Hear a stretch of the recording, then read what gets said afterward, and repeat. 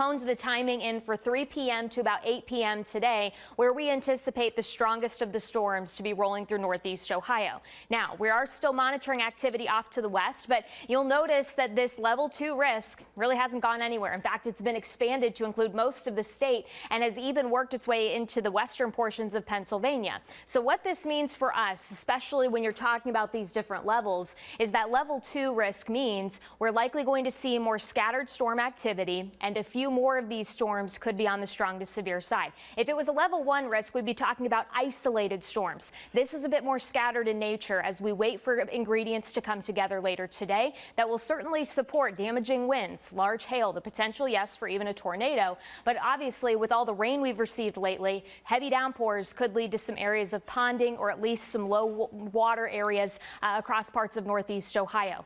Certainly, you can really pick out where a lot of this activity is starting to develop. You look out across Indiana, numerous showers and thunderstorms have developed thanks to some heating that we've already had going on this morning. We've had a few showers here locally. Most of this rain's clearing off to the northeast, but if we can work in some breaks in these clouds and really build that temperature up over the next couple of hours, yeah, we're going to increase that energy for that storm potential as we continue on into the early part of the afternoon. You can see that energy building out across northwest Ohio into north central Indiana, and those storms will eventually start to tap into more of that energy and likely continue to strengthen as we go into the early parts of this afternoon. We'll walk you through all of the new data concerning that storm chance later today in just a bit. Say you stepped out, about an hour and a half ago or so, and you started to see some blue sky and sunshine peeking through.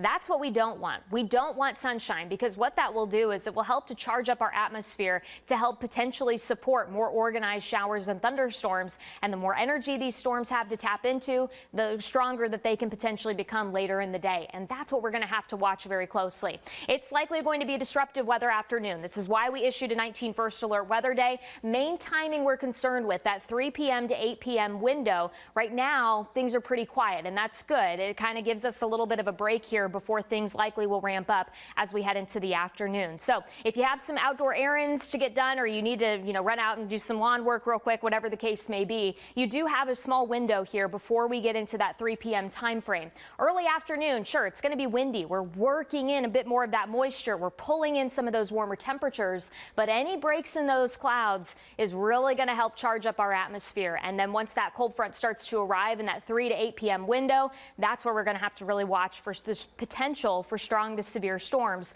later today. Certainly, heavy rainfall, that's going to have to be something we watch. We've seen so much rain so far this year that it's not going to take much to get some ponding on area roadways or even in your backyard, to be honest. And then we're going to see if we can get a couple more of those stronger storms to develop. If that happens, there's certainly enough energy there and organization to get some damaging wind gusts, some hail, as well as even that tornado risk as we go through the later part of this afternoon. So everybody's under this level 2 out of 5 risk. This does mean we're watching for more scattered activity to develop. We've been watching areas out to the west. It's not likely that they're going to issue a watch as that stuff continues to develop. It's only got a 5% chance that we see anything. But as this system continues to move eastward, well, then it may get a little bit more organization, and we may see some watches issued later today.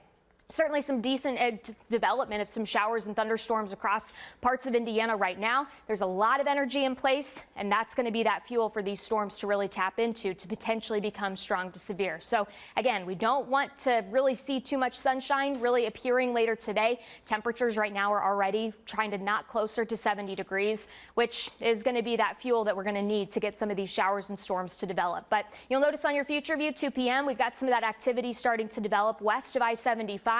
And then quickly, as we approach that 3 to 5 p.m. window, areas west of I-77 likely dealing with some of the strongest activity. And then that line will quickly slip off towards the east. By 8 p.m., I do anticipate most of this activity is done. We'll continue to walk you through the severe parameters for later today coming up.